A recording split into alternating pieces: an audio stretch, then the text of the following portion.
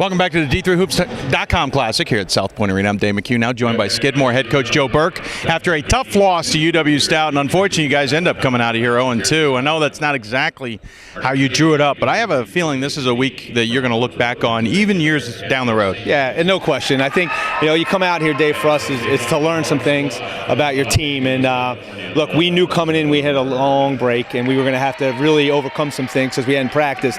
And then, you got some injuries. And again, no excuses because you got to be better. But like you said, you'll just look at these games now and you'll learn from them. We got a chance to put a lot of new guys on the floor in critical situations, and it came down to a little bit of execution, both tonight and in the Ramapo game, which got away from us a little bit. But I think a couple key plays there kind of let it get us away from us. So we'll take a look at it. We'll get better from it. Hopefully the new guys will get better from it, and we'll get ready for league play, which is what this is really all about. I was going to say, the other thing I noticed was, obviously frustration. Sometimes you always disagree with a call or you disagree with what the team's doing, but I don't see that in the timeouts. And you guys, you definitely took the opportunity to use this as a teaching tool. No, that's what it's all about. Like I tell the guys, although we had a couple guys talk to the officials tonight, that's my job. But when we get into timeouts, the timeouts isn't about that. You don't blame anybody else. I've always been of that school. If the ball ain't going in the basket or you're not winning the game, you generally got to look at yourself. So we look at ourselves in the huddle, and I thought we got better. We did some things out of timeouts. I'm one of those guys that saved them for the end, and obviously tonight we needed them. But it's good because those are good times to teach and good times to try and perfect your execution a little bit. We'll get better from it. And obviously the team probably wanted to come out of here 2-0 as well, especially the seniors like Sanders. But what do you tell the team as you guys about to climb on a plane and head back? Yeah, that's going to be that's the disappointing part. I mean, we came in here 5-1. 5 wins in a row against some really good teams, Plattsburgh, Worcester. You beat teams like that, in Middlebury, who we hadn't beaten in years. So we felt good about ourselves, but you lose Alden, then you got to make some adjustments. And if you're not ready to play, though, against quality basketball teams, you're not going to win. And Ramapo is a very good team, and they got players back, and they're going to win a lot of games going forward. And Wisconsin, although their record's not good, they run good stuff. They throw a lot of bodies at you. So if you're not mentally and physically ready to play, then you're going to get beat. And that's what we put ourselves out there, and we weren't tight enough with our game. We got to just get better at what we do. If we're better at what we do, we're going to be a hard out in the conference. The interesting thing, too, is you mentioned losing Alden, which you did, to a groin injury. He only played a limited role in the first game and didn't even play the second one. But he's another assistant coach for you on the sideline. He was really trying to coach up the team. Yeah, you know what? He's a tremendous leader. And I think, more than anything, we obviously miss his ability to play. But his court leadership, when you take something like that you can't just grab somebody and say, hey, it's your turn. Right. So now that's another thing we're learning. Guys, Sanders, Paris, Carp, those guys got to step up. And, not that they're not capable, but it's an uncomfortable role for them because Alden had dominated that aspect. But they got to take it to another level. And again, it goes back to what we were talking about with the teaching points. You play these games, you learn from it. So now those guys know, okay, this is what I got to do. Former All-American or preseason All-American, it's tough to adjust to have that not on the floor anymore. But again, you can kind of fall back on that. Who knows if he comes back? Obviously, it's a tough injury. Don't want to speculate. But this is an opportunity that you guys can take advantage, as I said earlier on, years down the road. No question. I think it's, like we said, it's going to get some young guys on the floor. This tournament, this Classic was great for us because we needed it. The more games we could get in without Alden, the better. And like you said, we'll learn from it. But Alden is a great player, is an important piece, but I still really feel good about the guys we have.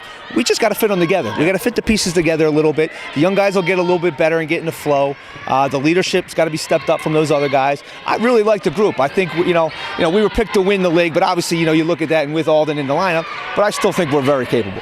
Speaking of the league, you do go into league play here. Of course, in a couple of years it'll be a little bit bigger with Ithaca coming on, but that's beside the point. I mean, you do go into league play now, and in the grand scheme of things, it's really about the league. It's about positioning yourself and then getting you an automatic bid so you can get in the tournament that way instead of putting the risk out there. What do you guys need to do coming out of this weekend, do you think, to at least start this league part of the schedule on a good foot? Well, I think, for us, it's about taking the film here in the next couple of days, breaking it down, and kind of just getting better and just executing a little bit better. You know how it is with league. You now go from playing Ramapo and Wisconsin, who you know very little bit about, to Hobart and Bard over this weekend, who we know everything about. And they know everything about you. And they know everything about us. So you got to be great at what you do. And this is why this was great for us. The league is very good. I do think the league's underrated. I think Hobart's constantly good. I think St. Lawrence is good. I think RPI's having a good year. Union's very talented at their first 5 spots. So And what makes our league tough, I believe, is that the back-to-back nights, if you show up on a weekend unhealthy or unfocused, you can drop 2 just like that. And those Friday, Saturday games are killer. So this is good. We've played 2 games in 3 days. We're going to have 2 more this weekend that we got to be ready for. But it's going to be a challenge. It's going to be a challenge. We have the talent. We just got to. It's going to be a matter of when we come together. Our goal always is to be playing the best in February. We've done that the 3 of the 5 years that we've gone to the NCAA tournament. I thought last year we were playing as good as anybody in the country. If we get this group right and playing well in February, I think the sky's the limit for them. Sometimes it's about building towards the end. There's no question about it. I think, and for us, like you said, this is also a long-term thing because we're getting these guys, this Rupkis and Byrne and Williams on the floor as freshmen in these kind of environments. I think that's going to prove beneficial down the road. Interesting enough, this is your second trip here, but different team. How much has this program grown in the time that you've been there and the time we've seen you here at the Classic? It's been unbelievable. I mean, when I took the job, I had a vision. And I don't want to say, you think big, you want to go, when I got there, we had never been to an NCAA tournament, never won a conference championship. So you want to start there, and we were able to do that right away. And then it's amazing when you do that, and then you do it again. We won back-to-back, and then players started to want to come. You know what I mean? Like the place is a great school in a great town, and we run we've got a good program. So now we're looking at guys like Rupkis, you get into the program, who could probably play anywhere in the country. Guys want to come there and play. So the program is in really great shape right now. The quality of human beings we have is great, Dave, and I love that because I enjoy coaching them every day. But it's come so far. I'm having conversations with you jokingly about where we are, but It's just great to be in that conversation because we know what that means is you can go out and beat anybody on a given night. Like I'll take this group. We didn't play well this weekend, I know that, but I would put them up against anybody because I know if we're clicking and playing on all cylinders, we're very capable. And you guys have a big international flavor to your school. And let's be honest, Skidmore is not exactly the easiest place to find on a map, let alone for someone who's international. Where does that come from? Does that come from your Navy experience? Does that come from elsewhere? And why, in that sense? It's just ties that I have in doing this.